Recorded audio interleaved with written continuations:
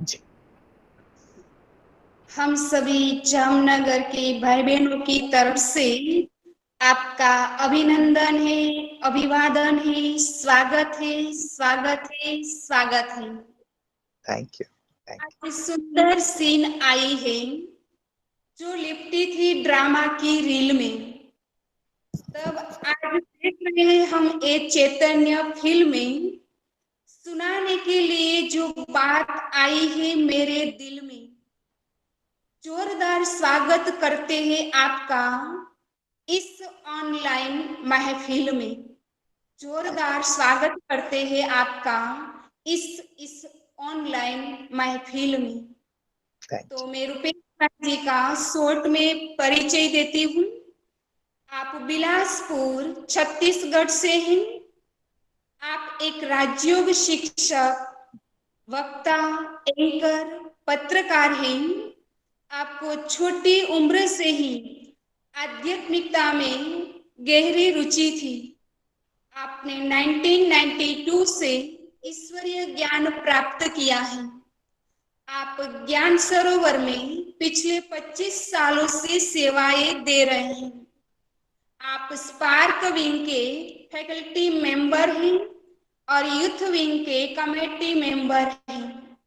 आप गोडलीवुड स्टूडियो में एंकर हैं।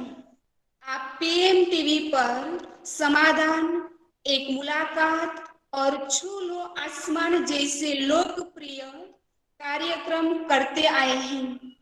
तो अभी हम ऐसे लोकप्रिय प्रभु प्रिय रत्न के मुख से इस वर्तमान समय को देखते हुए इस अंतिम समय, अंतिम पुरुषार्थ और अंतिम सेवा के बारे में सुनते हैं। आदरणीय रुपेश भाई जी। ओम शांति। आदरणीय सुषमा दीदी, बाबा की सभी बगिया को अच्छी तरह संभालने वाली हमारी रूहानी माली टीचर्स बहनें, और जामनगर के हमेशा ही उमंग उत्साह में रहने वाले, तीव्र पुरुषार्थ करने वाले, बाबा को प्रत्यक्ष करने की एक सुंदर धुन में रहने वाले सभी ब्राह्मण कुलभूषणों को मधुबन से प्यारे बाप दादा की ओर से, दादियों की ओर से, सब मधुबन निवासियों की ओर से बहुत बहुत याद।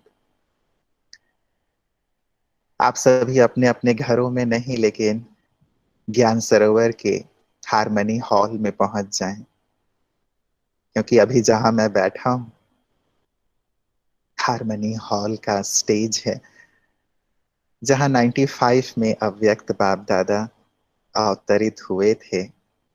इस हॉल का उद्घाटन किया था।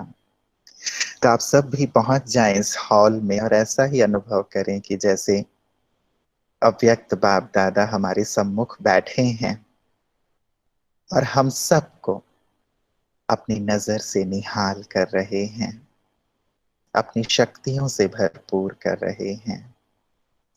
एक मिनट प्यारे बाबा का आह्वान कर लेंगे और पहुंच जाएंगे अपने सूक्ष्म शरीर से ज्ञान सरोवर के हारमनी हॉल में, बाबा के सम्मुख। बाबा से दृष्टि लेंगे।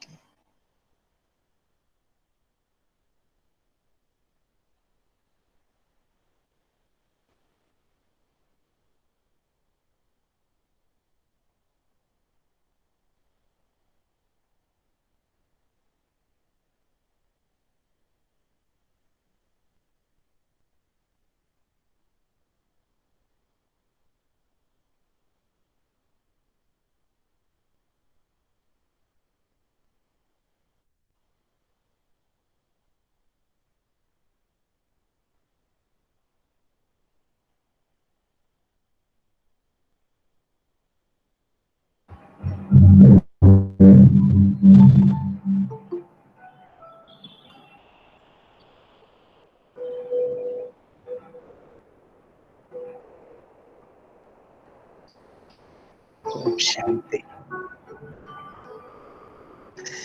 विषय आज का बहुत ही सुंदर है।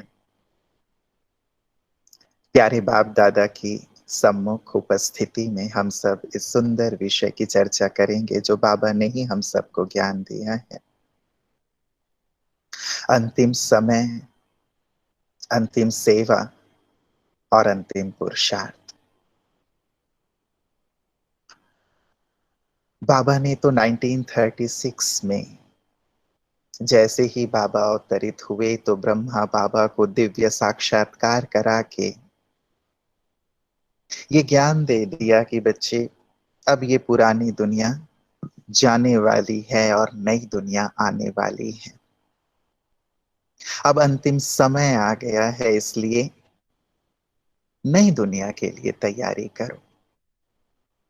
और तब से लेकर के हम सब सारे संसार को ये बताते आ रहे हैं कि अंतिम समय आ गया है, इसलिए तैयारी करो, आने वाले समय की तैयारी करो, नवयुग की तैयारी करो। ये लगातार हम 1936 से सब आत्माओं को संदेश देते आ रहे हैं।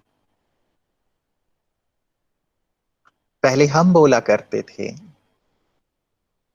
अब हम नहीं बोलते, लेकिन लोग बोल रहे हैं कि सचमुच अंतिम समय आ गया है। आप अपने आसपास भी सुनते ही होंगे कि कैसा विकट समय आ गया है, क्या परिस्थिति आ गई है, दुनिया का क्या होगा, ये बातें अब लोग कहते हैं। क्लाइमेटिक चेंज से जुड़े हुए जो रिसर्चर्स हैं, साइंटिस्ट हैं, अथॉरिटीज हैं, उन लोगों की कुछ समय पहले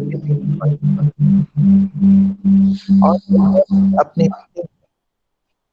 ये चर्चा की कि जो इतना विशाल क्लाइमेटिक चेंज हो रहा है विश्व स्तर पर,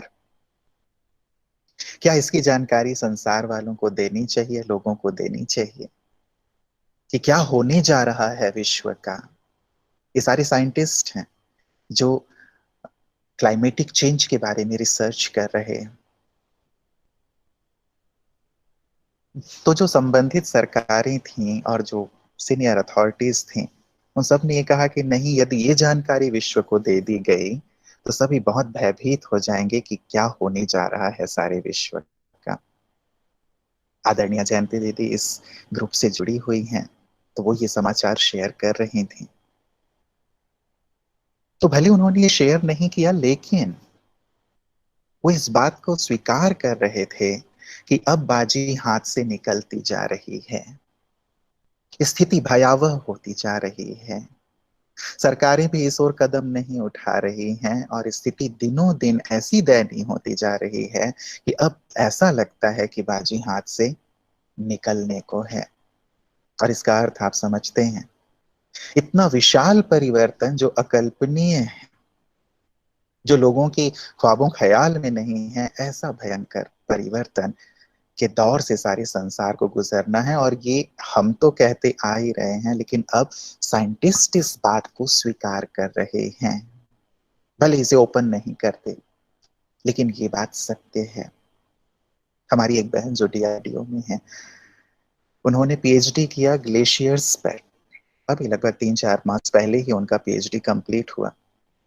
वो भी इस बात को कह रही थी कि जो उत्तरी ध्रुव और दक्षिणी ध्रुव में जो विशाल ग्लेशियर्स हैं, उनमें बड़ी बड़ी दरारें आने लगी हैं और दरारें बढ़ती चली जा रही हैं, क्योंकि ग्लोबल वार्मिंग बढ़ता चला जा रहा है और उसके लिए कुछ नहीं किया जा सकता। सैकड़ों वर्ग किलोमीटर के बड़े बड़े ग्लेशियर्स, वो यदि टूट करके सागर के पानी में मिलेंगे तो सागर का पानी इतना बढ़ेगा कि सारे ही जो भी छोटे मोटे द्वीपों के साथ साथ बड़े बड़े जो देश हैं, उनके भी जो किनारे स्थित भाग हैं, वो सब जलमग्न हो जाएंगे। और इतना ही नहीं होगा, लेकिन जब ग्लेशियर्स पिघलेंगे उत्तरी दक्षिणी ध्रुव के, तो जो एक बैलेंस बना हुआ है, जिस एक्सिस पे पृथ्वी है, वो एक्सिस भी चेंज होगी, क्योंकि उसके कारण एक स्थिति बनी हुई है पृथ्वी की। और जब एक्सिस चेंज होगा तो आप समझ सकते हैं कि क्या होगा। आपका घर अभी सीधे है, आपके घर को यदि टेढ़ा कर दिया जाए तो क्या होगा। सारे घर के सामान अस्त व्यस्त, आप किधर रहेंगे, कैसे रहेंगे, आप सोच सकते हैं। पृथ्वी अभी थोड़ी झुकी है, सीधी हो गई तो सागर का पानी कहाँ से कहाँ, जो ऊपर है वो नीचे, जो नीचे है वो ऊपर। सोच नहीं सकते हम इतने विशाल परिवर्तन की ओर हम बढ़ रहे हैं। ये तो एक सांसारिक परिवर्तन है और बहुत ही बड़ा विषय है। मैं जस्ट टच कर रहा हूं इस विषय को क्योंकि ये होने जा रहा है और ये समय इशारा कर रहा है। केवल ये नहीं, लेकिन विश्व युद्ध की स्थिति आप देख रहे हैं, गृह युद्ध की स्थिति देख रहे हैं, कितनी ज्यादा अराजकता बढ़ती जा रही है वो हम सब देख रहे हैं। महामारी बढ़ती जा रही है, कोविड, इसने सारे संसार की ये स्थिति कर दी। तो ये तो एक नमूना है, ये तो एक ट्रेलर है। जब ऐसी स्थितियां बनती चली जाएंगी तो क्या होगा? ये हम सबको अंतिम समय की ओर इशारा कर रहा है। यदि अपने ब्राह्मण परिवार को हम देखें तो बाबा का पाठ भी हमें इशारा दे रहा है। बाबा ने अपने पाठ को समेट करके हमें इशारा दिया कि अब तक मैं नीचे आकर के तुमसे मिलता रहा हूं, अब तुम मुझसे मिलने के लिए ऊपर आओ।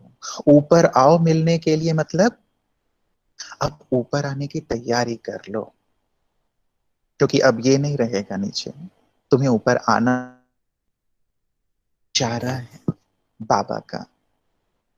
इस इशारे के अनुसार हम अपनी तैयारी कर रहे हैं विश्व की स्थिति को देखते हुए, जिसे अब सभी स्वीकार करने लगे हैं। बाबा ने जो हमें इशारा दिया है उस इशारे को कैच करते हुए, बाबा के पाठ को देखते हुए क्या हम अपनी तैयारी कर रहे हैं? अच्छा चलिए, विश्व की स्थिति को हम एक तरफ रख दें, लेकिन अपने अंतिम समय की भी क्या मुझे जानकारी है? यदि हम यंग हैं, यदि हम छोटे हैं, यदि हम स्वस्थ हैं, तो हम क्या सोचते हैं कि अभी तो हम बिल्कुल ठीक ठाक हैं, अभी तो हम लंबी आयु जीने वाले हैं। हम ये सोचते हैं जो बीमार है, जो बुजुर्ग हो गया है, वो अभी जाने वाले हैं। लेकिन आपने अपने आसपास देखा होगा, मैं भी अपने चारों तरफ देखता हूँ, जो बुजुर्ग हैं, बीमार हैं, वो जमे हुए हैं। और जो यंग हैं, बिल्कुल स्वस्थ हैं, चलते फिरते हैं, वो जा रहे हैं। अचानक पता चलता है यार, ये 25 साल का अच्छा खासा लड़का, ब्रेन में ट्यूमर है, कैंसर हो गया है, अचानक एक्सीडेंट हुआ और चल पड़ा। छोटी सी बच्ची है, उसकी रीढ़ की हड्डी में ये प्रॉब्लम है, हार्ट में होल है। आस पास आप देख सकते हैं अच्छे खासे चलते फिरते लोग निकल पड़ते हैं। क्या ये गारंटी है कि कल हम रहेंगे? समय, कलयुग में काल का कोई नियम नहीं है, कभी भी कहीं भी किसी के पास भी आ सकता है। तो जब हम अंतिम समय कहते हैं तो इस वृहद रूप में तो देखते हैं, लेकिन मेरा अंतिम समय कब आ जाए उसके लिए क्या मैं तैयार हूं? कोई भी ये नहीं कह सकता कि मेरी आयु इतनी होगी। कई लोग बहुत ही निश्चिंत होकर के बैठे हुए हैं ना, कि अभी तो सब कुछ सामान्य हो ही जाएगा, हम भी रहेंगे, मजे से रहेंगे, यहीं रहेंगे, ये सोच करके बैठे हुए हैं। चलना है ये नहीं सोच रहे हैं। यहाँ रहें, आनंद में रहें, खुश रहें, अच्छी स्थिति में रहें, सबकी मदद करें, ये तो हमें करना ही है, लेकिन अंदर से अपनी तैयारी भी रखें। ये स्थितियां डराने के लिए मैं नहीं कह रहा हूं, ये डराने के भाव से नहीं कही जाती, लेकिन तैयारी करने के भाव से कही जाती हैं। जैसे स्टूडेंट को ये पता है कि भाई एग्जाम होना है, तो एग्जाम होना है तो एग्जाम की तैयारी वो करता है ना, उसे पता है एग्जाम होना है। हमें भी पता है अंतिम समय अर्थात अलग अलग एग्जाम की तैयारी करना, जो होने वाली है, हमारे सामने आने वाली है, जो बाबा ने कही है कि अंत समय में इस प्रकार के पेपर्स आएंगे। तो जब हम अंतिम समय कहते हैं तो देखें क्या इन पेपर्स के लिए हम तैयार हैं? मेरे साथ साथ आप चेक करते चलें। बाबा ने कहा अंत में पांचों ही जो विकार हैं फुल फोर्स में वार करेंगे। पेपर है हमारा, फुल फोर्स में वार करेंगे अर्थात पांचों ही विकार ऐसी ऐसी कामुक लोग हमारे आसपास आएंगे जिनकी दृष्टि वृत्ति ठीक नहीं है, जो केवल दैहिक भान वाले हैं, केवल देह को देख करके हमारे पास आए हैं, दैहिक भावना से कुछ ऊपर नीचे सोच करके। ऐसे लोग यदि सामने आते हैं, क्या मैं स्थिर रहूंगा, अचल रहूंगा, या उनकी स्थिति मेरी पवित्रता को प्रभावित करेगी? बाबा ने कहा यदि अंश भी होगा तो वो वंश का रूप ले लेगा। यदि मोह है, मोह विकराल रूप में होगा, अपने आसपास अपने लोगों को हम जाते हुए देखेंगे, दुखी होता हुआ देखेंगे, बीमारी में तड़पते हुए देखेंगे, क्या तब मेरी स्थिति एक रस रहेगी, स्थिर रहेगी? बाबा ने दिखाया था, कुछ लोगों को ऑपरेशन थिएटर में बाबा ले गए, और 4-5 हमारी बहनें थी, जैसे ही काटा, खून निकला, खून देखते ही ज्यादातर लोग बेहोश हो गए। बाबा ने कहा बच्चे इतना थोड़ा सा खून देख के बेहोश हो गए तो अंत समय का सीन कैसे देखोगे? अपनों के साथ यदि ऐसा हो रहा है, क्या मैं निर्मोही स्थिति, नष्टो मोहा स्थिति में रह पाऊंगा? चेक करें, क्योंकि ये होना है। लोभ की स्थिति, क्या चीजें मुझे बांधेंगी, खींचेंगी? भुज में जब भूकंप आया था, आपने भी ये देखा होगा, ये एक व्यक्ति का फोटो आया था। भूकंप आ रहा है, अब सब लोग तो निकल गए, लेकिन उसको आया कि मेरे पास जो पैसे रखे हुए हैं लेकर के मैं निकलता हूँ। लेके निकल ही रहा था, धड़ाम से छत गिर गया। उसके पैसे बैग सहित बाहर, पैसे बिखरे हुए हैं, केवल हाथ दिखाई दे रहा है और सारा दबा हुआ है। ऐसी स्थिति में, जबकि ये पांचों विकारों की बात होगी, ना केवल 5 विकार, लेकिन अन्य भी सूक्ष्म विकार हैं, आलस्य, अलबेलापन है, इन सबको भी बाबा कहते हैं। इन सब का अंश तो नहीं है, मैं अपने अंदर चेक करूं, और यदि है तो अभी मुझे चेंज करना है, चलाना नहीं है। यदि मैं चलाऊंगा तो बाबा ने कहा है अंत में चिल्लाना पड़ेगा। इसलिए गहराई से चेक करना है इस अंतिम समय में, मैं इन पेपर के लिए तैयार हूं। मेरे अंदर तो कोई सूक्ष्म रूप से ये विकार नहीं है, चेंज करें। ये टाइम बाबा ने दिया है हमें कि अपने आप को परिवर्तित कर लें। थोड़ा भी रिंचक मात्र कहीं दाग ना रहे, चलाएं नहीं। ये अभी तो टाइम है ना, अभी तो बड़े बड़े लोग भी नहीं बदले हैं, मैं भी बदल जाऊंगा ना? नहीं, अपने आप को परिवर्तित करें। बाबा ने कहा कि दूसरा एक बड़ा पेपर, पांचों ही तत्व विकराल रूप में होंगे। कहीं आंधी तूफान बाढ़, कहीं अकाल, कहीं भूकंप आ रहा है, कहीं ज्वालामुखी फट रही है। पांचों ही तत्वों के विकराल रूप को हम एक बार देखें। इन स्थितियों में क्या मेरी स्थिति अचल अडोल रहेगी, बाबा से तार जुड़े हुए रहेंगे, या फिर ये स्थिति मुझे डोलायमान कर देंगे? धरती हिल रही है, भूकंप आ रहा है, बहुत तेज हवा, हवा तूफान है जो सब कुछ उड़ा के ले जा रहा है। ऐसे में मैं क्या करूंगा? भागम भाग में लग जाऊंगा, या फिर अपने मन बुद्धि के तार को बाबा के साथ जोड़ के रखूंगा? हलचल में आ जाऊंगा, या फिर अचल स्थिति मेरी रहेगी? बाबा ने कहा है कि बच्चे ऐसे समय पे बाबा की याद में स्थित हो जाओ। स्थित होंगे जो बाबा की याद में, सुरक्षित रहेंगे, सेफ रहेंगे। बाबा ने कहा अंत समय में जो बाबा की याद में हैं, उनके कदम उधर ही जाएंगे जिधर सेफ्टी होगी। और जो याद में नहीं रहेंगे, हलचल में आएंगे, हा हाय हाय करने लगेंगे, क्या होगा, कैसे होगा, किधर जाऊं, किसको बचाऊं, ये करूं, बाबा उनके जिम्मेवार नहीं होंगे। देखिए, ये स्थिति है ना, इन स्थितियों के लिए हम कितने तैयार हैं। भीतर एक सुंदर सी लाइन है ना, मैं भीतर गया और मैं भीतर गया। भीतर जाएंगे तो तरेंगे, कनेक्टेड रहेंगे तो तरेंगे। बाबा ने कहा है यदि बाबा की याद रहेगी तो पानी, यदि बाढ़ का पानी तुम्हारी ओर बढ़ भी रहा है तो भी 2 फुट तक तुम्हारे पास आकर के रुक जाएगा, या तुम्हारे चरण छू करके चला जाएगा, याद में है तो। इसलिए याद में भी रहें, और साथ ही एक कार्य हम ये भी करते चलें, प्रकृति को बहुत सुंदर वाइब्रेशंस दें। प्रकृति हमारी माँ है जिसने हमारी पालना की है। अभी उसे हमारे प्योर वाइब्रेशंस की जरूरत है, हम उसे बहुत प्योर वाइब्रेशंस दिया करें योग में। तो अंत समय में जब वो इस प्रकार से तांडव कर रही होगी तो भी हम उस स्थिति में सुरक्षित रहेंगे, प्रकृति के तत्व पेपर के रूप में होंगे। कर्म भोग बीमारियां एक बड़ा पेपर होंगे। आपको पता है कि जब कभी भी शारीरिक बीमारी होती है, शरीर में दर्द हो रहा है, योग की स्थिति कैसी होती है? शरीर खींचता है ना। बाबा ने एग्जाम्पल दिया, लास्ट समय में भी कर्म भोग की स्थिति थी लेकिन कर्म योग से विजय प्राप्त की। शरीर खींच रहा था लेकिन बाबा की भी खींच थी, योग की एक उच्च अवस्था थी जिससे कि उस पर विजय प्राप्त हुई।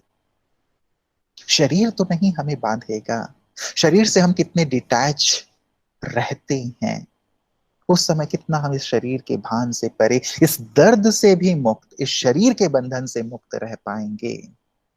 ये भी ना बांधे, ये भी तो एक बड़ा पेपर होगा हमारे लिए। इविल सोल्स का बड़ा पेपर होगा, चारों ओर भटकती हुई आत्माएं हैं।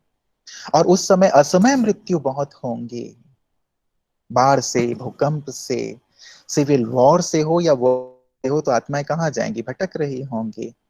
उनका इफेक्ट अंत समय बढ़ता चला जाएगा। बाबा ने कहा एक एक के पास 10-10, एक एक के शरीर में 10-10 आत्माएं प्रवेश कर लेंगी, ऐसी भी स्थिति बनेगी। हमारे पास भी आत्माएं शांति के लिए, मुक्ति के लिए आएंगी। तो तैयार हैं? डरेंगे तो नहीं उनसे? जो भूत प्रेत हैं, चुड़ैल हैं, बड़े बड़े दांत वाले, बड़े बड़े नाखून वाले, बड़े बड़े बाल वाले, यदि आपके सामने आ गए तो डरेंगे तो नहीं आप? क्या करेंगे? आप खुद तो मुक्त नहीं हो जाएंगे, आपको उनको मुक्त करना है। डर से हम खुद ही मुक्त ना हो जाएंगे, ये कौन आ गया हमारे सामने। खैर ये उनका रूप नहीं होता, लेकिन किसी भी रूप में वो आए, लेकिन हम उन्हें मुक्ति देने वाले आएंगे। हमें मुक्त करना होगा। आह्वान हम उनका ना करें, लेकिन जैसे अगरबत्ती जलती है तो उसकी खुशबू तो चारों ओर फैलती ही है ना। आप मिठाई की दुकान के पास से गुजरते हैं, मिठाई वाला थोड़ी आपको बुलाता है कि आओ मिठाई खा के जाओ, लेकिन उसकी खुशबू तो आपको आती है ना। आप फ्लावर की जो भी है, रोज है, वहां से गुजरते हैं, गार्डन है, तो आप रोज तोड़े ना तोड़े लेकिन खुशबू तो आपको मिलती है। हम भी एक सुंदर स्थिति में रहेंगे तो आत्माएं स्वतः मुक्त होंगी। लेकिन देखें, मैं चेक करने की बात कर रहा हूं, क्या हम तैयार हैं उन आत्माओं को भी मुक्ति देने के लिए? निश्चय की परीक्षा होगी अंत में, बाबा ने कहा। उस निश्चय की परीक्षा में हम संपूर्ण पास होंगे। एक परीक्षा हुई जब बेगरी पार्ट आई, बहुत सारी आत्माएं चली गई। एक परीक्षा आई जब बाबा अव्यक्त हुए, बाबा ने देह का त्याग किया। तीसरी परीक्षा आई जब 76 में विनाश होगा, बाबा ने कहा था, नहीं हुआ, बहुत सारे लोग चले गए। 2000 की बात थी, नहीं हुआ, बहुत सारे लोग चले गए। हमने आधार किस चीज को बनाया है कि ये घटना होगी तब हम ज्ञान में चलेंगे, बाबा के बनेंगे, या भगवान को अच्छे से पहचान कर उनसे प्राप्ति करके अनुभवी मूर्त बन करके हमने भगवान को अपनाया है? ऐसे ही बहुत सारे पेपर्स हैं, मैंने जस्ट आपको ग्लिम्स दिए हैं। अंतिम समय की जब बात करते हैं तो ये सारे अंतिम समय के पेपर्स हमारे सामने आने हैं। मैं तैयार हूं, पास विद ऑनर होने के लिए मैं तैयार हूं। ये स्थितियां आएंगे, जरूरी नहीं है सबके सामने सभी चीजें आए, लेकिन आनी है, किसी ना किसी रूप में आनी, क्योंकि जब तक पेपर नहीं देंगे तब तक पास होने की तो बात आती ही नहीं। पास व्यक्ति तभी होता है जब पेपर देता है, पास विद ऑनर तभी होता है जब पेपर देता है, और बिना पेपर दिए कोई भी आगे नहीं, कोई भी पद प्राप्त नहीं कर सकता। इसीलिए इन पेपर्स के लिए हमें अपने आप को तैयार करना है। अंतिम समय है, तो अंतिम समय के इन पेपर्स के लिए भी हमें खुद को तैयार करना है, और केवल अपने आप को नहीं, इतना तैयार करना है कि मैं तो पास होऊंगी। कई ब्रिलियंट स्टूडेंट्स होते हैं ना, वो खुद तो अच्छी तैयारी करते हैं, वो तो कॉन्फिडेंट रहते हैं कि मैं तो पास होऊंगा ही, मेरिट लिस्ट में आऊंगा ही, 90+ मेरे परसेंटेज आएंगे ही आएंगे, लेकिन वो औरों की भी मदद करता है, अपने मित्रों की भी मदद करता है, तो हमें केवल पास विद ऑनर नहीं होना इस अंत समय में, लेकिन हमें औरों की भी मदद करनी है। जो अंतिम सेवा है उसकी तैयारी भी हमें करनी है। लेकिन तैयारी तो वही करेंगे ना, वो अंतिम सेवा वही कर पाएंगे ना जो इन पेपर्स में स्टेबल रहेंगे, पास होकर आगे बढ़ेंगे। यदि मेरे ही हाथ बंधे हुए हैं तो मैं दूसरों के हाथ कैसे खोलूंगा? यदि मैं खुद ही दलदल में हूं तो मैं दूसरों को दलदल से कैसे बाहर निकालूंगा? लाजमी सी बात है, मेरे हाथ खुले हों, मैं खुद दलदल से बाहर होऊंगा, तब मैं मदद कर पाऊंगा। अंतिम सेवा भी वही कर पाएंगे जो इन स्थितियों से ऊपर उठ जाएंगे, जिन पेपर्स की मैंने बात की, जो स्ट्रांग होंगे, पावरफुल होंगे। और सेवा क्या है अंत की? अब देखिए, कोरोना काल में जो सेवा हम कर रहे थे, क्या वो सेवा हम कंटिन्यू कर पा रहे हैं? ना तो हम प्रदर्शनी लगा पा रहे हैं, ना तो मेले कर पा रहे हैं, ना तो कोई रैली निकाल निकाल पा रहे हैं, ना ही कोई सेंटर पे कोर्स करने के लिए आ पा रहा है। तो ये कोरोना ने हमें सिखाया ना, समय भी तो शिक्षक है। ये भी एक शिक्षक बन के आया है कि भाई, जिस प्रकार की तुम सेवा कर रहे थे, ठीक है, ये समय सामान्य होगा, फिर से हम वो सेवा करेंगे, लेकिन सीख ये है, नेक्स्ट सेवा के लिए तैयार हो जाए, अंतिम सेवा के लिए तैयार हो जाए। और वो अंतिम समय की सेवा ये है, हमारी मनसा सेवा। बाबा कहते हैं कि देखो, साइंस वाले एक जगह बैठ करके कहां कहां रॉकेट भेज देते हैं। यहां बैठे हुए हैं, अंतरिक्ष की चीजों को कंट्रोल कर रहे हैं, यहां बैठे हैं, कहीं भी कोई चीज है उसको कंट्रोल कर रहे हैं एक जगह से। बाबा ने कहा, तुम साइलेंस की शक्ति से क्या सारे संसार की आत्माओं तक संदेश नहीं पहुंचा सकते? सारे संसार की आत्माओं को सुख नहीं दे सकते, शांति नहीं दे सकते, उनकी मनोकामनाएं पूर्ण नहीं कर सकते? तो हमें मनसा सेवा को बढ़ाना है अब। और मनसा सेवा भी वही कर पाएंगे ना जिनकी मनसा व्यर्थ से मुक्त हो, जो व्यर्थ में लगे हुए हैं, पर चिंतन में लगे हुए हैं, पर दर्शन में लगे हुए हैं, दुनियावी चिंतन में लगे हुए हैं, जिन्होंने अपने मन को ही डस्टबिन जैसा बना लिया है, वो कैसे मनसा सेवा करेंगे? मन स्वच्छ भी हो, निर्मल भी हो और शक्तिशाली भी हो, तब हम मनसा सेवा कर पाएंगे। एक लाइट होती है, 0 वॉट का बल्ब होगा, एक 100 वॉट का बल्ब होगा, एक 1000 का होगा, एक बहुत बड़ा हेलोजन होगा। सबकी लाइट में डिफरेंस होता है या नहीं होता? यदि मेरे अंदर ही व्यर्थ है, नेगेटिव है, मैं व्यर्थ और नेगेटिव में से ही जूझता रहता हूं अभी तक, कि मेरे व्यर्थ संकल्प बहुत चलते हैं, नेगेटिव संकल्प बहुत चलते हैं, तो मैं अपनी ही सेवा कर रहा हूं अभी। मैं विश्व की सेवा कब करूंगा?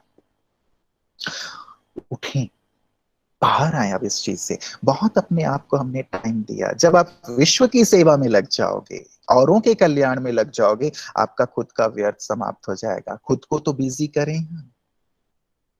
तो मनसा सेवा, मनसा से हमें सबके लिए शुभ भावना, शुभकामना का दान करना होगा, कल्याण का दान करना होगा, शक्तियों का, शांति का दान करना होगा। अपने अंतःवाहक शरीर से हम लोगों तक जाएंगे तो लोगों को यह फील होगा कि कोई फरिश्ता आया था जिसने मुझे शांति की अनुभूति कराई, जिसने मेरे रोग हर लिए, मेरी पीड़ा हर ली, जिसने मुझे मेरी सारी मनोकामनाएं पूरी कर दी। हम ही विघ्न विनाशक हैं। हमें अपने अंतवाहक शरीर से, अपनी मनसा सेवा से लोगों के विघ्न हरने होंगे, तभी तो लोग हमें विघ्न विनाशक कहेंगे। अपनी इस शक्ति से हमें लोगों के दुख और दर्द को दूर करना होगा, तभी तो लोग हमें मास्टर दुख हरता सुख करता कहेंगे। हमें लोगों की मनोकामनाएं पूर्ण करनी होंगी, तभी तो लोग हमें इष्ट के रूप में स्वीकार करेंगे। ये हमने किया है और अब हमें करना है। तैयारी ये है। लेकिन खुद से ऊपर उठना, मन को बहुत सशक्त बनाना होगा, समर्थ स्थिति में रहना होगा, समर्थ संकल्पों में रहना होगा, अपने आप को रहम की भावना से, शुभ भावना से बाबा की तरह भरना होगा। तब हमारे वाइब्रेशन सक जाएंगे। यदि किसी के लिए ईर्ष्या है, घृणा है, बदले की भावना है, तेरे मेरे की भावना है, बाबा कहते हैं ये दीवार बन जाती है तुम्हारे श्रेष्ठ वाइब्रेशन के मार्ग में। अब उठें, बहुत हो गया ना ये। बहुत हो गया। और इससे मिलेगा क्या हमें? जिन्हें अंतिम समय की सेवा के लिए तैयार होना है, जिन्हें करना है, तैयारी तो करनी पड़ती ना, अभी से तैयार करें, अपने मन को सशक्त बना लें, अंतवाहक शरीर से सब तक जाएं और अभी ही वाइब्रेशन देना शुरू करें। हम ही हैं जिन्होंने किया है, चाहे मुस्लिम धर्म हो या क्रिश्चियन धर्म हो। फरिश्तों को अभी तक वो मानते हैं कि फरिश्ते हमारे रक्षक हैं, फरिश्ते दाता हैं, फरिश्ते भगवान के दूत हैं, जिन्होंने हमें जीवन दिया, जिन्होंने हमें प्रकाश दिया, जिन्होंने हमें राह दिखाई, जिन्होंने हमारे सारे कष्ट दूर किए। ये सारी बातें मुस्लिम धर्म में, क्रिश्चियन धर्म में हैं। कौन है फरिश्ते? कहां से आएंगे? हम ही तो है ना। ये कयामत का समय है, तैयार कर लें। ये महाविनाश का काल है, खुद को तैयार कर लें सेवा के लिए। हर हर धर्म ग्रंथ में कहीं ना कहीं इस समय का वर्णन है, कयामत के समय का, महाविनाश के समय का, सृष्टि के अंत का या महाप्रलय का वर्णन है। यही वो समय है। तो मनसा सेवा हमें करनी होगी, ये अंतिम समय की सेवा है। दूसरी बात, हमें सेवा करनी होगी इन भटकती हुई आत्माओं को मुक्ति देने की। जैसे मैंने पहले भी कहा, करोड़ों आत्माएं भटक जाएंगी अंतरिक्ष में, अंधेरे में। कहां जाएंगे? कौन है मुक्तिदाता? बाबा ने कहा, मैं मुक्तिदाता और तुम मेरे बच्चे मास्टर मुक्तिदाता हो। तुम्हें मुक्ति देनी होगी सभी को। ये हमारी अंतिम समय की सेवा होगी। आत्माएं मुक्त होंगी हमारे श्रेष्ठ वाइब्रेशन से।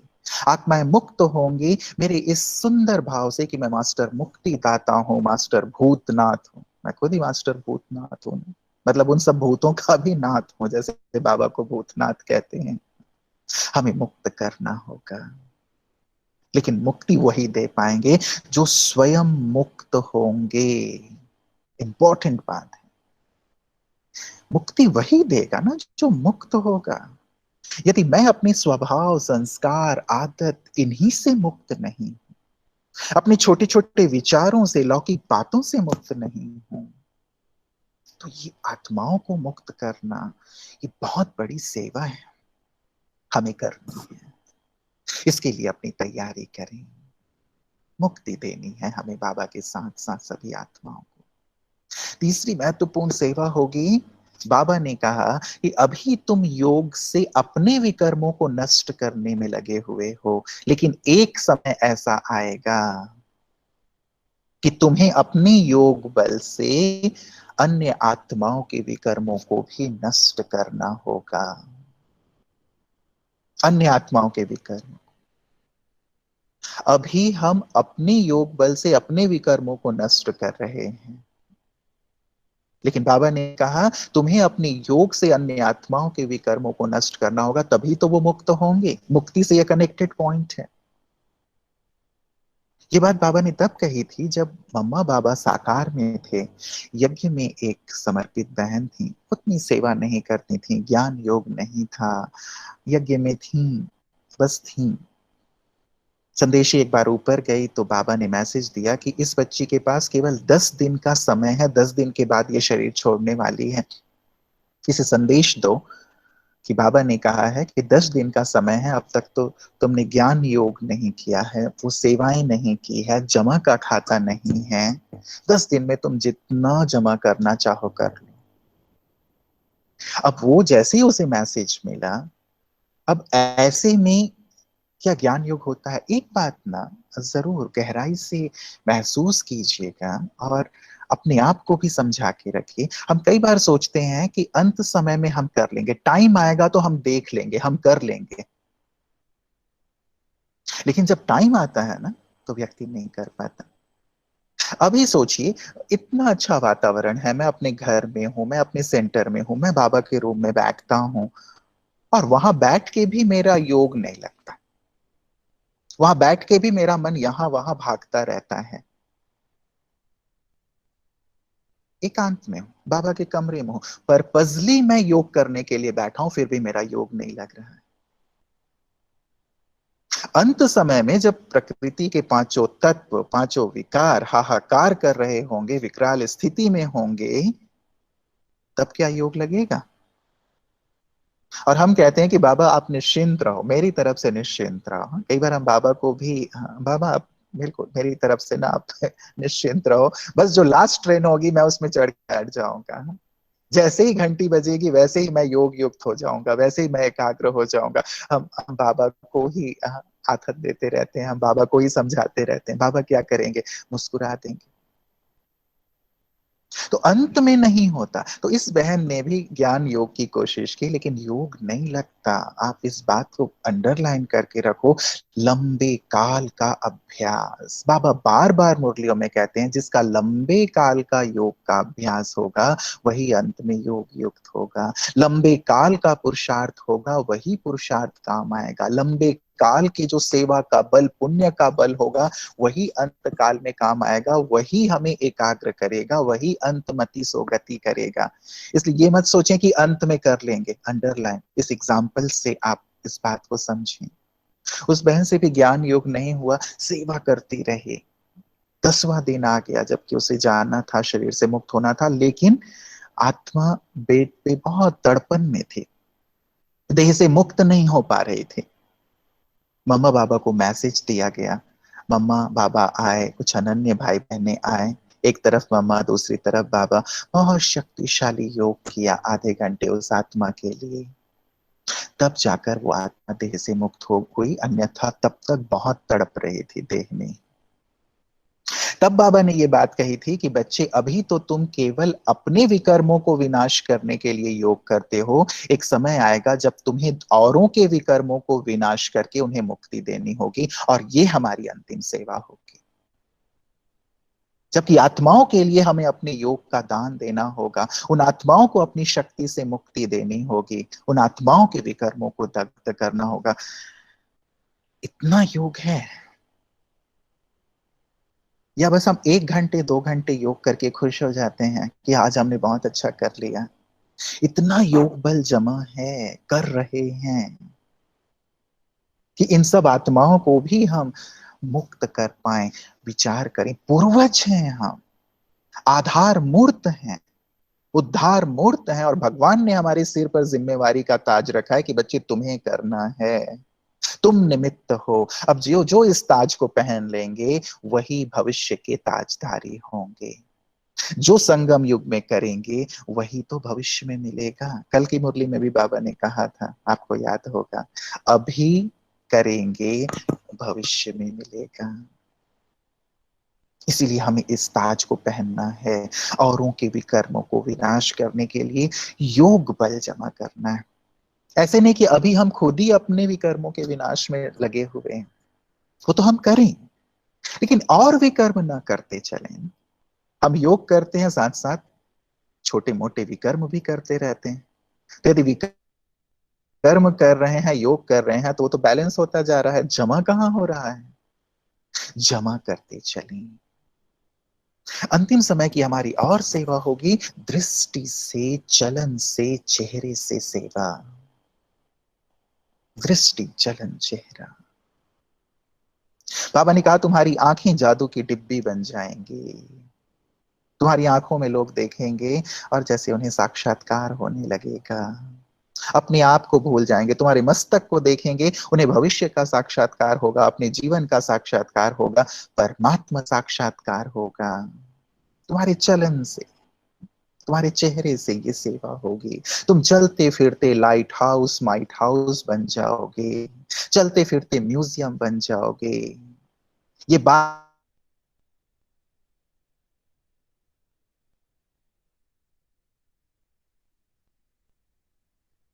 उनकी दृष्टि से, उनके चलन चेहरे से, जिन्होंने अपनी दृष्टि में भगवान को बसाया है। यदि इन आंखों से मैं देह को देखता रहता हूं, दूसरों की बुराइयों को देखता रहता हूं, मेरे चलन में वो दिव्यता नहीं है, चेहरे में वो रूहानियत नहीं है, तो इससे भगवान कैसे दिखाई देंगे?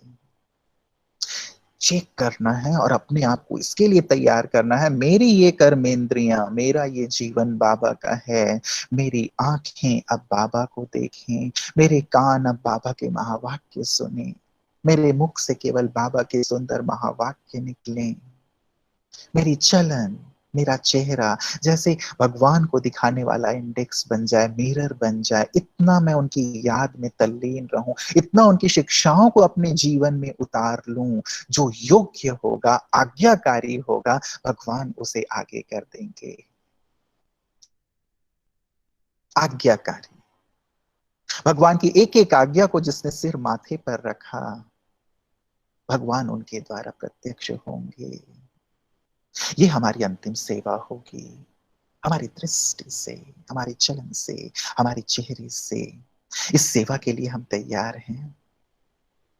साक्षात्कार के द्वारा सेवा होगी। क्या मैं साक्षात्कार कराने के लिए तैयार हूं? बाबा के पास चाबी है, लेकिन बाबा उनके द्वारा ही साक्षात्कार कराएंगे जो योग्य होंगे। और बाबा का एक महावाक्य है, जो साक्षात बाप समान बन जाएंगे वही साक्षात्कार मूर्त बन जाएंगे। जो साक्षात बाप समान बन जाएंगे, जो भगवान के नैनों के नूर हैं, जो भगवान के दिल तख्त नशीन हैं, जो भगवान के आज्ञाकारी बच्चे हैं, जिन्होंने अपने जीवन में श्रीमत को दिल से स्वीकार किया है, उसका पालन किया है, वो साक्षात्कार मूर्त बन जाएंगे। इसलिए देखें, अंतिम समय की ओर बढ़ रहे हैं, अंत काल है। अब तो ऊपर नीचे ना हो, जो भी अप एंड डाउन थे मैं ठीक कर लूं। अब साक्षात्कार होगा तो मैं तैयार हूं उसके लिए। सर्व गुणों से श्रृंगारित हूं, सर्व शक्तियों से श्रृंगारित हूं। मेरे मन में किसी के लिए विद्वेष की भावना तो नहीं। अब मुझसे साक्षात्कार करा दें, देखो ये इष्ट देवी है, इष्ट देव है, और इधर इष्ट देव जी किसी से लड़ाई कर रहे हैं, किसी पे गुस्सा गुस्सा कर रहे हैं, या उनके अंदर लोभ है, लालच है,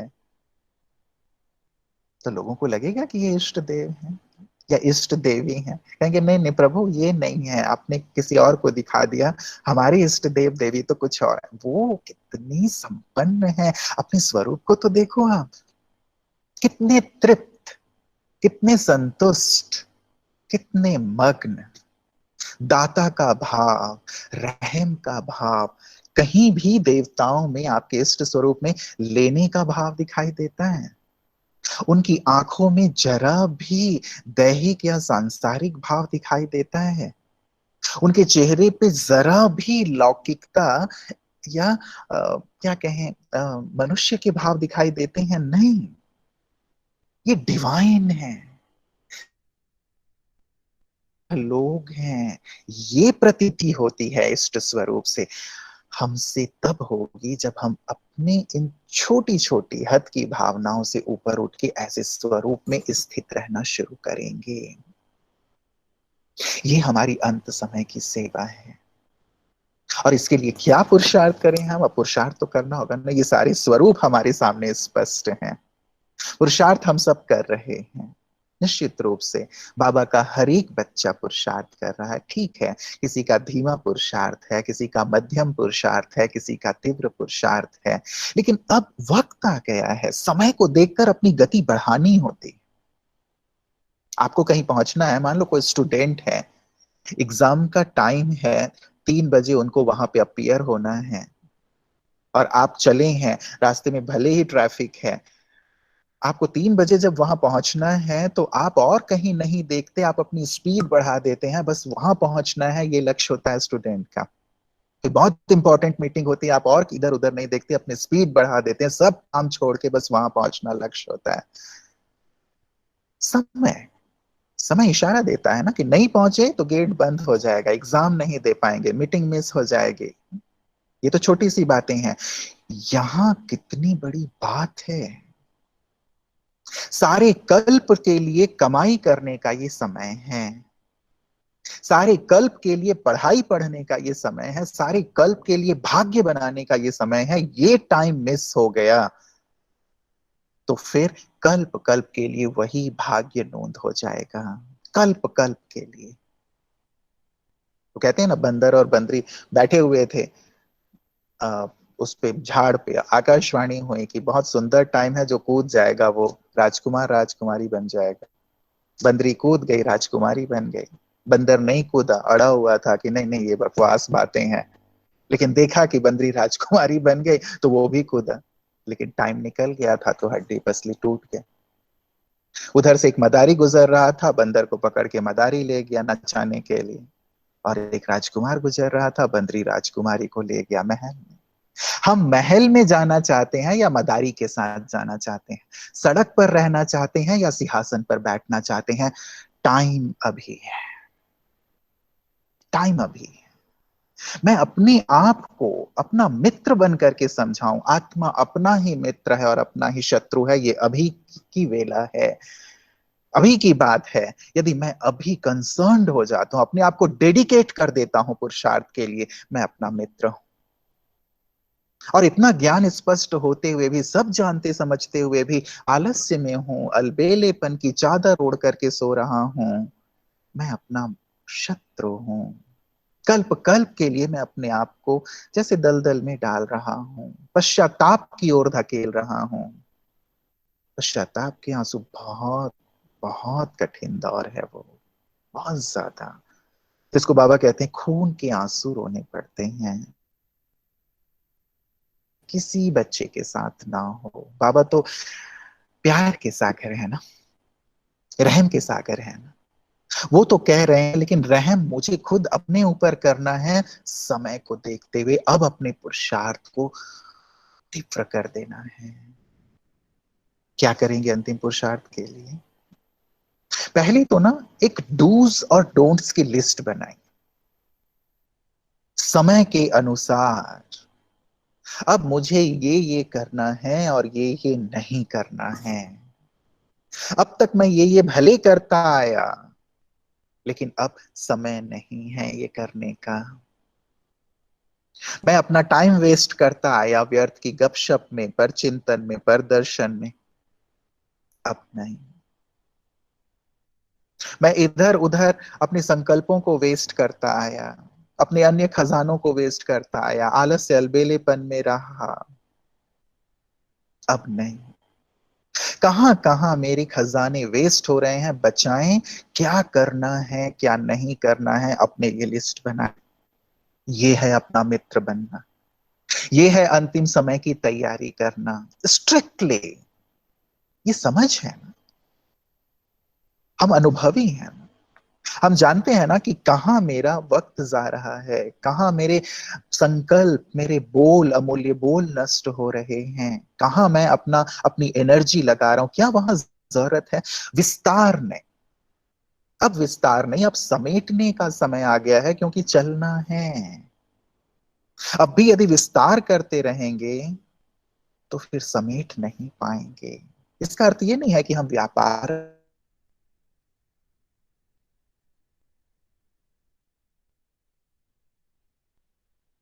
मन से विस्तार ना हो। स्थूल में भी जितना हो सके उतना विस्तार ना करके अपने आप को समेटते चलें।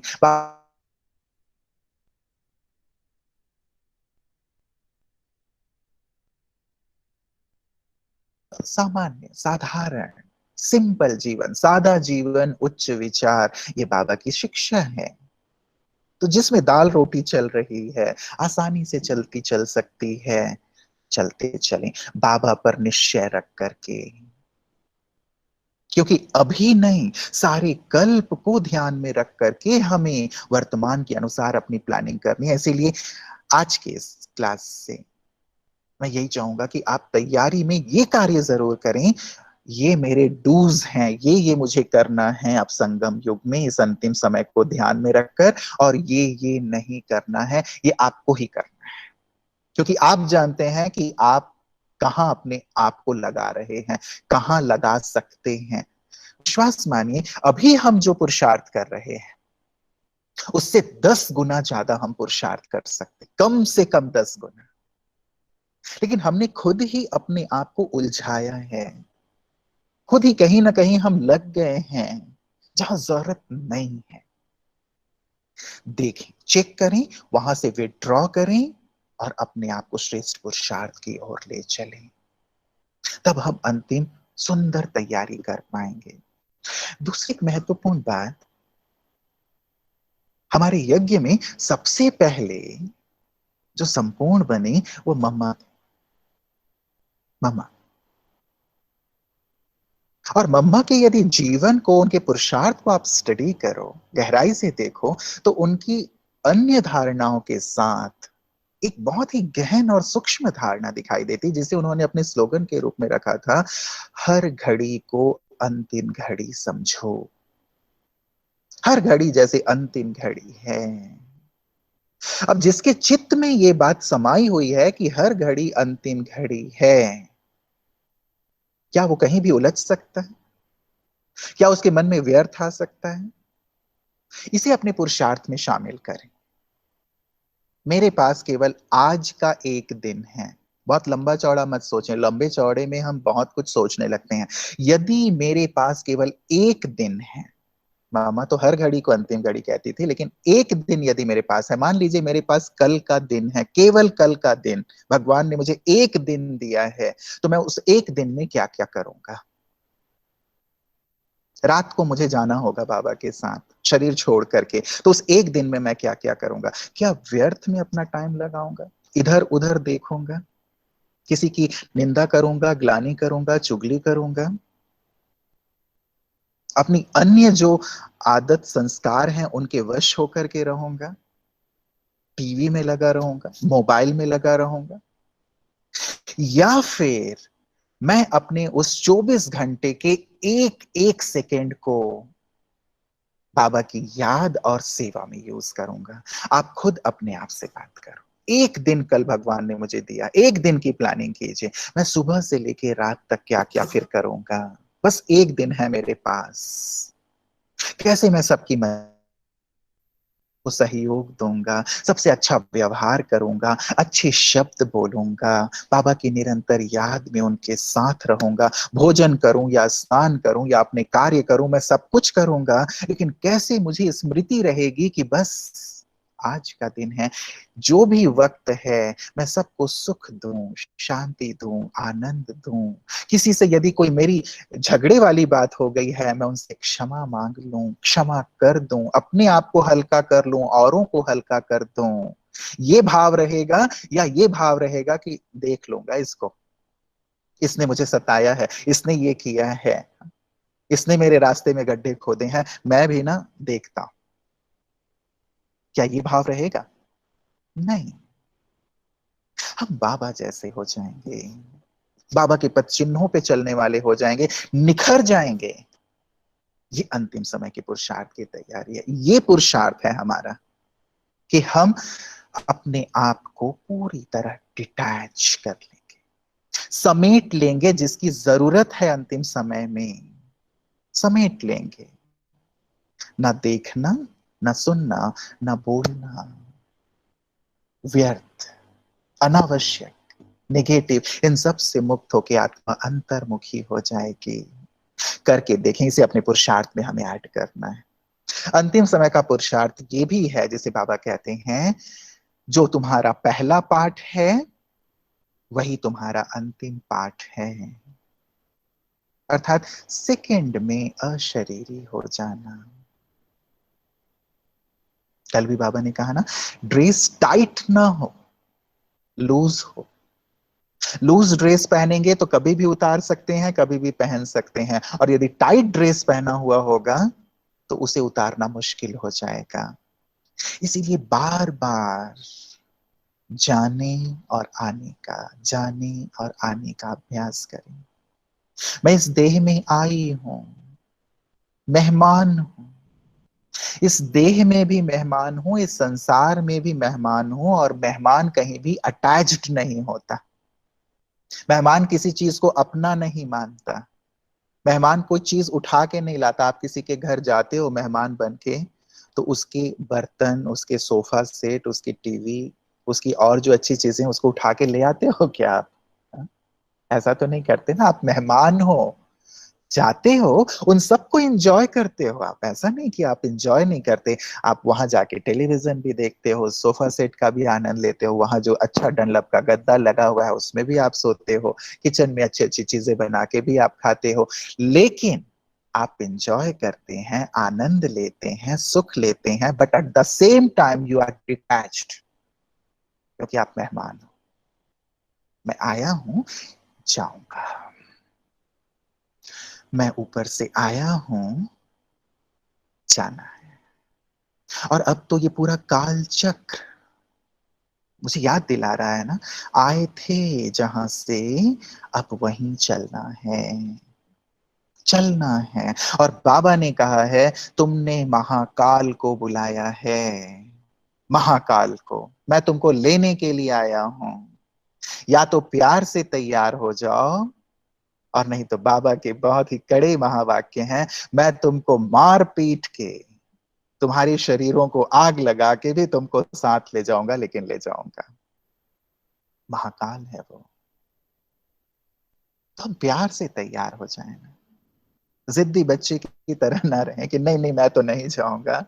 जाना है, तैयारी, तैयारी। तो अशरीरी होने की अभ्यास को बहुत डीपली करें। बाबा ने कहा है, न केवल आत्मा लेकिन आत्मिक दृष्टि, सबके लिए आत्मिक दृष्टि का एक सुंदर महावाक्य है। जब तुम्हारी आत्मिक दृष्टि नेचुरल हो जाएगी, तभी संसार में नेचुरल कैलेमिटीज होंगे। जब तुम्हारी आत्मिक दृष्टि नेचुरल हो जाएगी, तभी संसार के आत्माओं की दृष्टि तुम्हारे ऊपर पड़ेगी, तुम चमकते हुए सितारों पर पड़ेगी और प्रत्यक्षता होगी। इसलिए ऐसे डिटैच होने की प्रैक्टिस, जिसको बाबा पिछले कुछ दिनों की मुरलियों में कह रहे हैं, तुम इतने अशरीरी हो जाओ कि जैसे संसार है ही नहीं, बस मैं आत्मा। ऐसी डीप प्रैक्टिस हम लोगों को करना है। ये हमारी अंतिम समय की तैयारी है, अंतिम पुरुषार्थ है। इसके साथ साथ हमें पुरुषार्थ करना है बाबा को साथी बना के रखने की, साक्षी रहने की, सकाश देने की।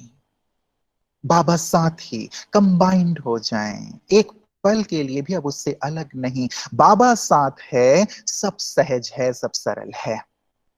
और अकेला हूं तो परेशान हूं, दुखी हूं, भगवान मुझे साथ दे रहे हैं, वो मेरी छत्र छाया हैं, वो ये कह रहे हैं कि अपने सब बोझ और चिंताएं मुझे दे दो, मैं तुम्हारा साथ देने के लिए हूं, मैं तुम्हारे लिए खाली हूं, मैं तुम्हारा माता पिता हूं, तुम मेरी मदद लो।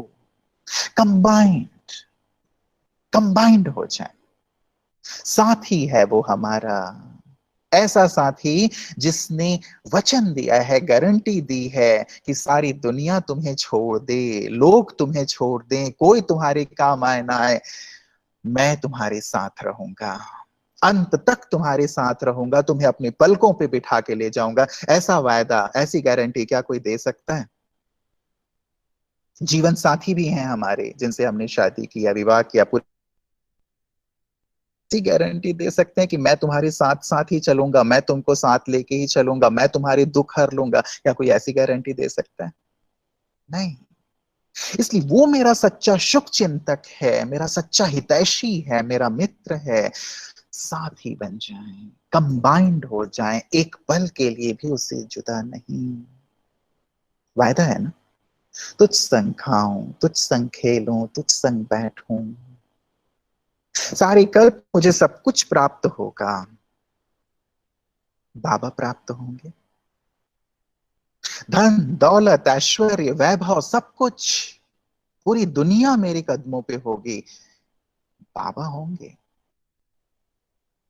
जो नहीं होगा, जो मुझे ऐसा बना रहा है, मैं कितना उसके प्यार में डूबूं, तल्लीन रहूं। कुछ ही तो समय है ना, 2 साल, 4 साल, 5 साल।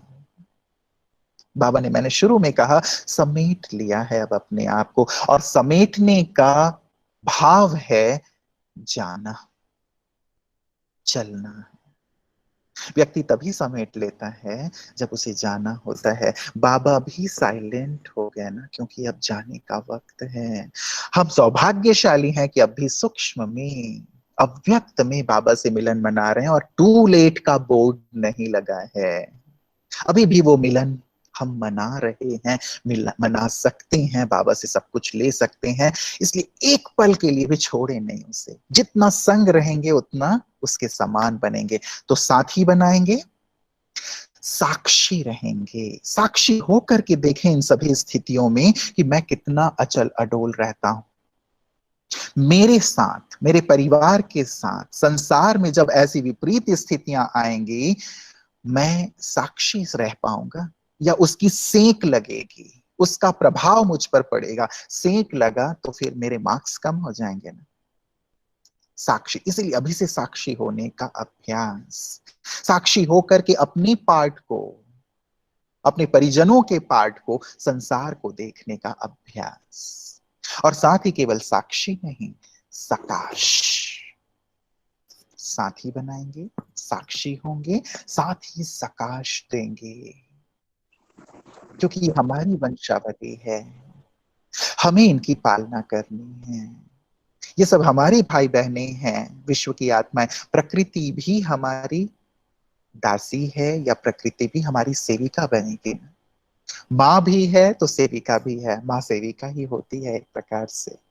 हमें उसको भी और सब आत्माओं को भी सकाश देनी है। एंड फाइनली, अंतिम पुरुषार्थ हमारा निरंतर स्मृति स्वरूप हो जाना। स्मृति स्वरूप, बाबा ने जो स्मृति दिलाई है, तुम कौन हो, तुम किसके हो, कहां से आए हो, क्या तुम्हारा कर्तव्य है, स्मृति स्वरूप। अभी हम भूले रहते हैं। केवल मेरा एक छोटा सा परिवार, मेरा छोटा सा व्यवसाय, मेरी छोटी सी जिम्मेवारी, कौन हूं मैं, स्मृति स्वरूप हो सकते। स्मृति स्वरूप होंगे तभी हम नष्टो मोहा हो पाएंगे। स्मृति स्वरूप और नष्ट मोहा का कनेक्शन है। जितने स्मृति स्वरूप उतने नष्ट मोहा, और ये हमारा फाइनल पेपर है। पास विद ऑनर वो होंगे जो नष्ट मोहा होंगे, स्मृति स्वरूप होंगे। अब तो स्मृति स्वरूप हो जाएंगे। बहुत भूल भूल अभूल का खेल चलता रहा। याद किया भूले, याद किया भूले, याद किया भूले। अब अभूल बने, अब स्मृति स्वरूप बने। जब ये बनेंगे तब अंतमति सोगति होगी। अंतमति सोगति, एक ही याद, एक ही याद। हम सोचते हैं कि मैं तो एक ही याद में रहता हूं, मैं भूलता थोड़ी हूं बाबा को। लेकिन अंत समय में वो सब चीजें याद आने लगती हैं जिन्हें हमने अपना बना करके रखा है। इसीलिए इन अभ्यासों से, इन पुरुषार्थों से डिटैच होते जाएं, एक से अटैच होते जाएं। स्मृति स्वरूप, जो मेरी रियल संपदा है, जो मेरी रियल स्थिति है, जो चीज मेरे साथ जाने वाली है, जो मेरे काम आने वाली है, उसके स्वरूप बन जाए। जो चीज छोड़ देनी है, जो चीज जाने वाली नहीं है, उनके पीछे टाइम ना लगाएं। स्मृति स्वरूप, ठीक है। चलें तो हम सब थोड़ी देर बहुत सुंदर योग के अभ्यास में स्थित होंगे। देखेंगे अपने आप को, मैं कितना तैयार हूं, और चलना है। स्थित हो जाएं अपने आत्म स्वरूप में, भ्रिकुटी तख्त पर।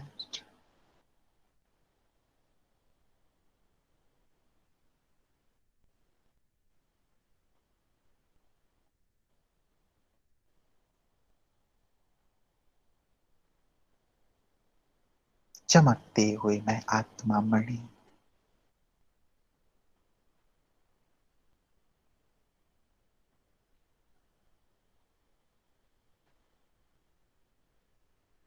और अब अपने आप को अलग अलग परिस्थितियों में देखते चलें। अंतिम समय और अंतिम नजारे।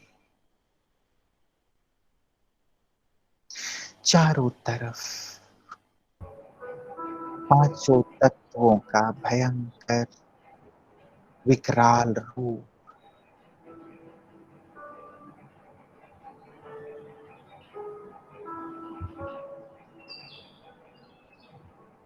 चाहे बाढ़ के रूप में, तूफान के रूप में, भूकंप के रूप में,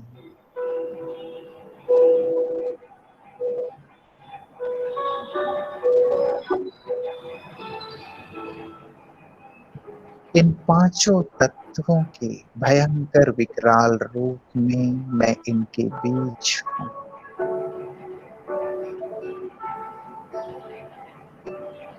बड़ी बड़ी बिल्डिंगें ताश के पत्तों की तरह गिर रही हैं।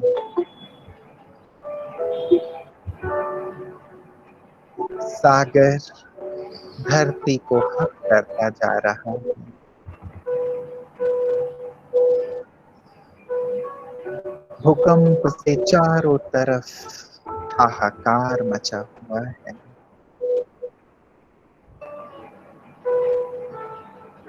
मूसलाधार बरसात हो रही है। भयंकर तूफान चल रहा है।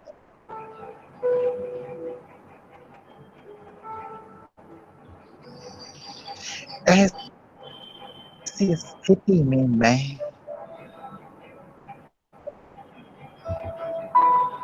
क्या अचल अडोल स्थिति में हूं?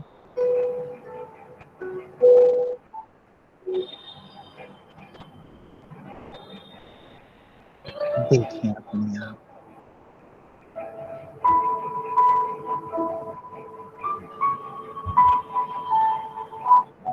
इन स्थितियों में बाबा मेरे साथ हैं। मैं उनकी छत्र छाया में पूरी तरह सुरक्षित हूं।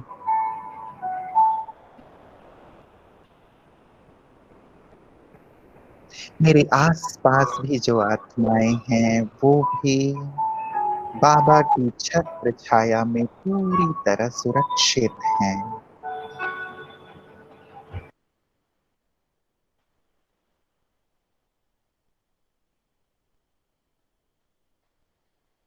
आगे बढ़ें।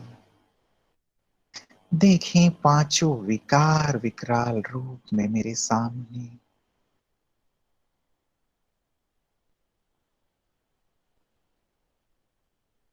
काम भी, क्रोध भी, लोभ मोह और अहंकार भी।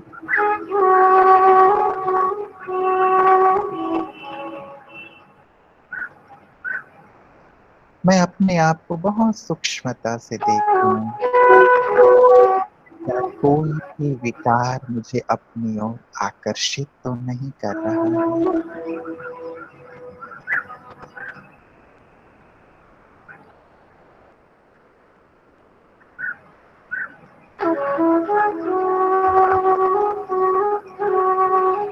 सिविल वॉर की स्थिति है।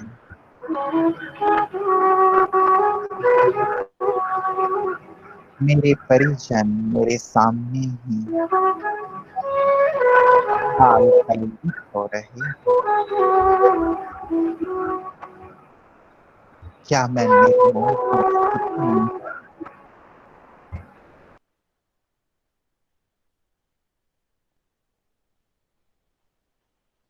विकार का कोई भी अंश नहीं। क्या मैं पूरी तरह निर्विकारी एक की स्मृति में स्थित हूं?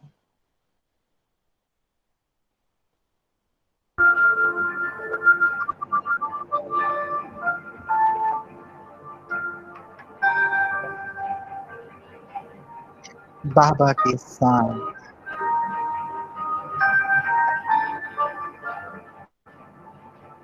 साक्षी होकर विश्व की स्थिति को देखें।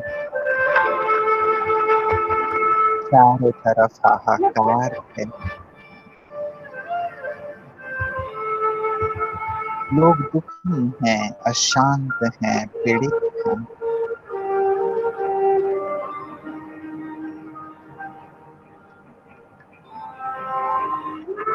पुकार रही हैं।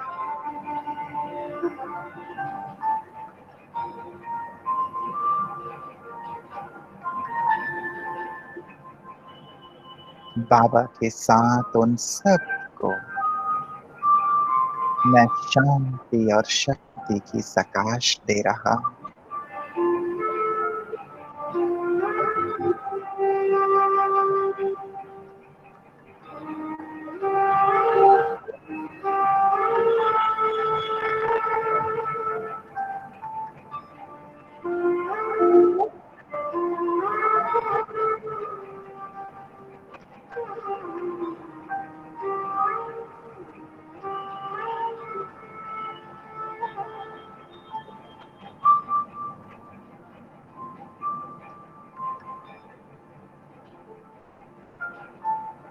जैसे पूरी दुनिया ही कब्रिस्तान बन गई,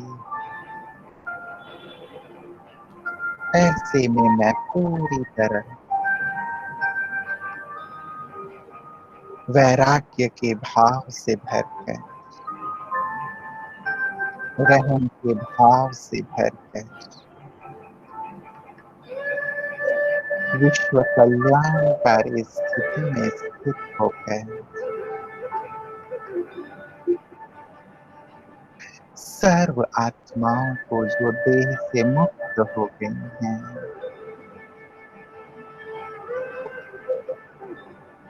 उन भटकती हुई आत्माओं को भी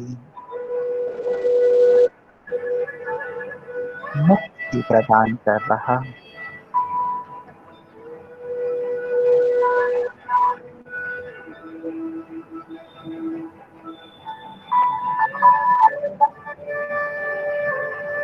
बाबा से लेकर मैं चारों ओर शांति के, पवित्रता के और शक्ति के वाइब्रेशंस फैला रहा हूं।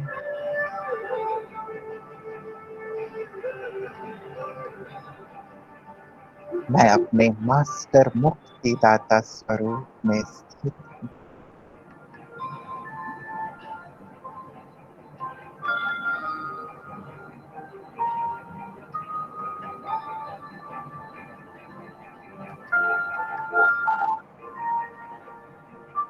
देखें,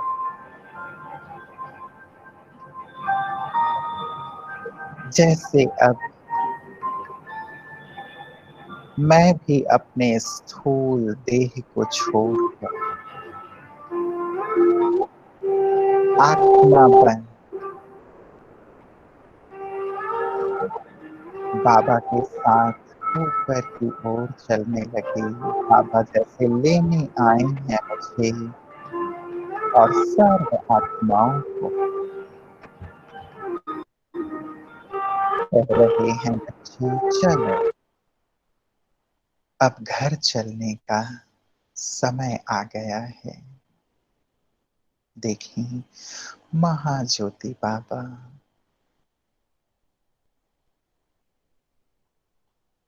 उनके साथ साथ मैं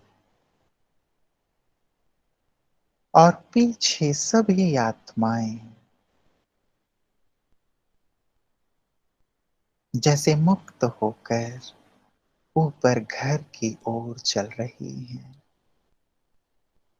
इस साकार सृष्टि से ऊपर।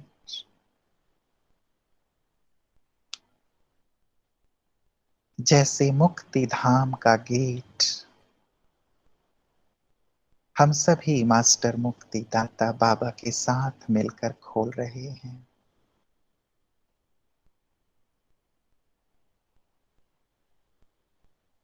और पहुंच गए मुक्ति धाम में।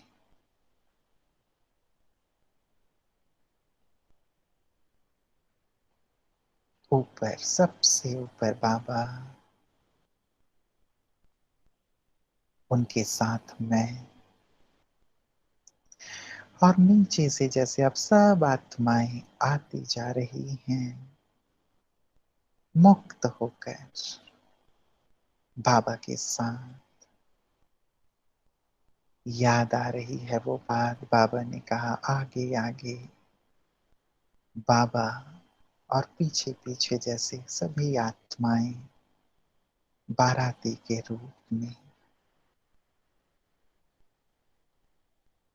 पहुंच गए ऊपर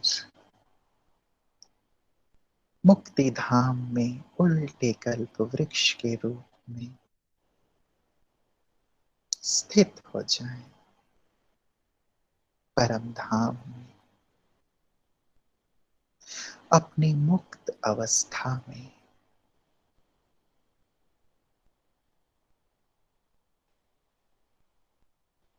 जैसे बाबा से शांति, शक्ति और पवित्रता की किरणें लेकर मैं पूरे उल्टे झाड़ में सभी आत्माओं को प्रदान कर रहा हूं।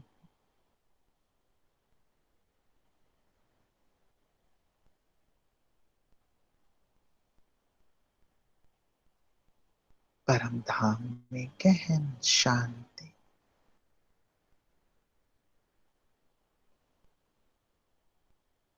हम सब आत्माएं अपनी बीज रूप अवस्था में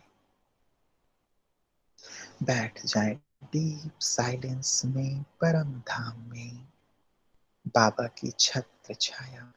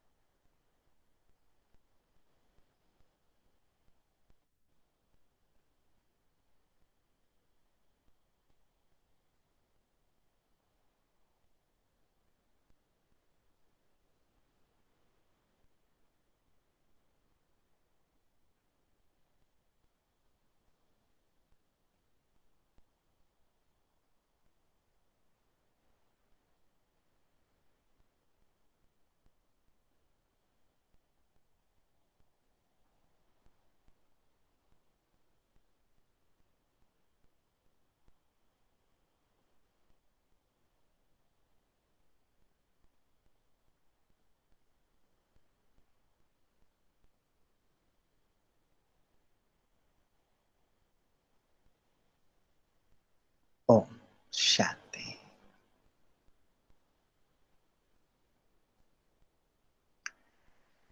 बहुत बहुत शुक्रिया सुषमा दीदी आपका, हमारे जामनगर के सभी भाई बहनों का।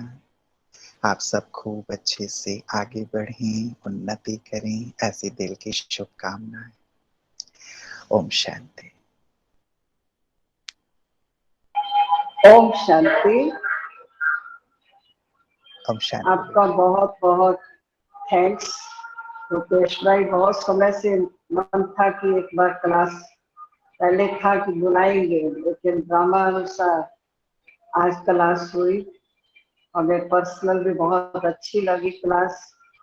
अंतिम समय के लिए पुरुषार्थ क्या करना है, कैसे करना है, ये बहुत अच्छे शब्दों में और सहज शब्दों में आपने जो सुनाया, हम सभी भाई बहनों की तरफ से और हम सभी बहनों की तरफ से आपका बहुत बहुत थैंक्स कहते हैं, धन्यवाद करते हैं कि आपने थैंक यू। जो सुनाया है उसको हम सभी जामनगर वासी जीवन में जरूर उतारेंगे और अंतिम समय का जो पुरुषार्थ बताया अब उसको दिल जान से करेंगे, ऐसा हम आपको विश्वास दिलाते हैं।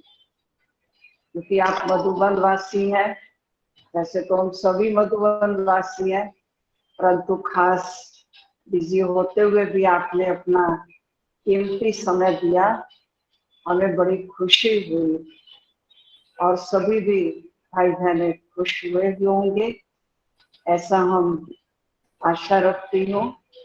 और पुरुषार्थ पूरा पूरा अच्छी तरह से, जो समय अति नजदीक है, ये बार बार लॉकडाउन हो रहा है, इसमें भी कल्याण है। बाबा देख रहे हैं कि बच्चे अकेले हैं, इसलिए ये पुरुषार्थ के लिए बाबा ने हमें टाइम दिया है। ओम शांति। ओम शांति। Thank you.